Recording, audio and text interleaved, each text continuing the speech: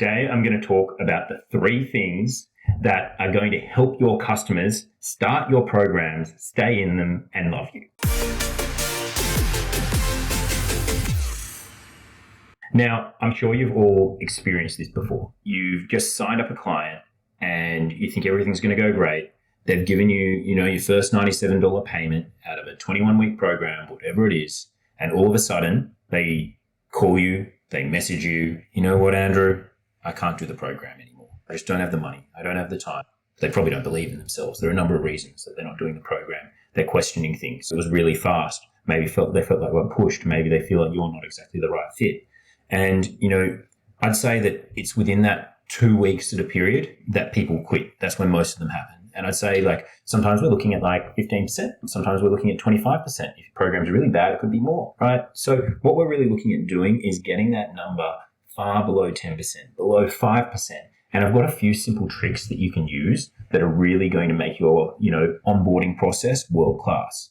Now, number 1, what you can do is when your client starts, what often happens is they feel overwhelmed. They don't know where to start. The technology might be bothering them. So what we do is we have an onboarding page. Now, it's just simply a 1-page web page. We create ours on ClickFunnels. You can create it on your website, wherever you want. And what it's going to do is it's going to have exactly what they get, right? So the customer knows, okay, this is what I expect. This is what I'm getting. Awesome. And they're reminded of the features, because often in the sales calls, we're not really talking so much about the features. We're talking more about the emotional side of things because that's how we make the sale. But now's the opportunity for them to kind of see the deliverables and feel absolutely wowed by what they're going to get, right? Often on that page, you can put a case study of one of the clients who's got an amazing result. Also on that page, and this is really important, step by step, the things that they need to do that are very, very clear, right? And I mean very, very clear. And, that might be, okay, number 1, you've got to sign your contract. Number 2, you've got to go to the web page and create your account, join the Facebook page, right? When they join the Facebook page, they get welcomed straight away. So that person, is feeling really welcome. They've got access to the content. And from the moment they go to that web page, they know exactly what they do.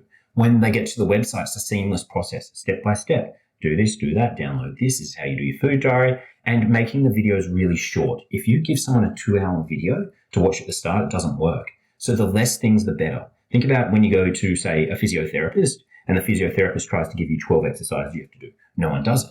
My experience is that when I've gone to a physio and they've given me 2 exercises to focus on, the most important ones, I just do them every time. And the same thing's going to happen with your client, except the difference is they're deciding whether they're going to do the program. Number 2, we want to make sure that our customers are signing a commitment contract.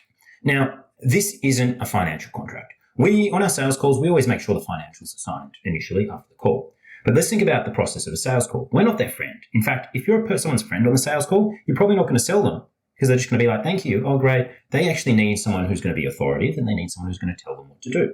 So what we do is we have our very first coaching call. We really actually become friends with that person. And we have to book that in within a 24-hour period of time. At least that's what we try. Sometimes it has to extend out to 48 hours over a weekend, maybe longer. So what's happening here is the coach is actually becoming their friend, right? They're looking after them. They're really, making sure that they decide that they're going to take action. So what's going to happen is that person is then going to feel like this is a really great program. I like the people I'm working with. And I want to give you an example. I used to work at a gym, and at that gym, the very best technical trainer got people incredible results. He was by far the best. People would come in, they'd lose 10 kilos. But what would happen is that once they'd lost the weight, they were like, all right, I lost the weight. Thanks. See you later. Now, I'm going to give you another example. The other trainer who was the busiest, she had a huge database, but she was everyone's mum.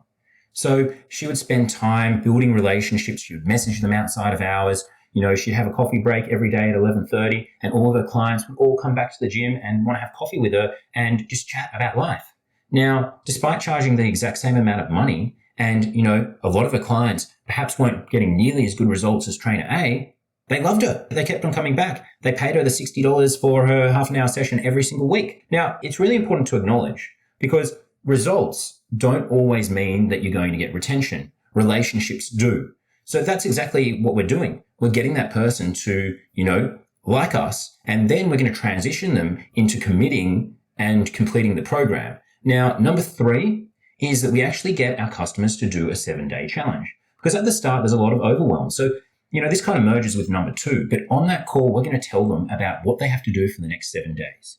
Now, every single day has a different objective. So, for example, what we do is on day one, we get them to eat 4 cups of vegetables. Now, I talked about compliance before.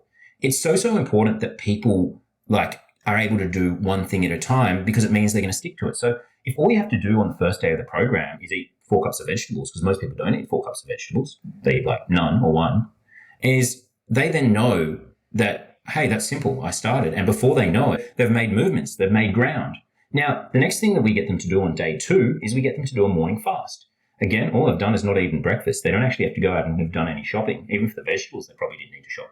Day 3, we get them to drink 3 liters of water, and all these things are adding up. Day 4, we get them to add in protein, etc., etc. And, by the end of the week, one of our clients has done that, and they've lost loads of weight. They've lost 2 kilos in that first week. Now, what's happened here is motivation is up here, super, super high, because they've lost that first bit of weight.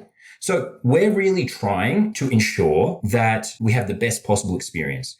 Everyone, or nearly everyone, the majority of people are going to quit in that first 2 weeks of period of time.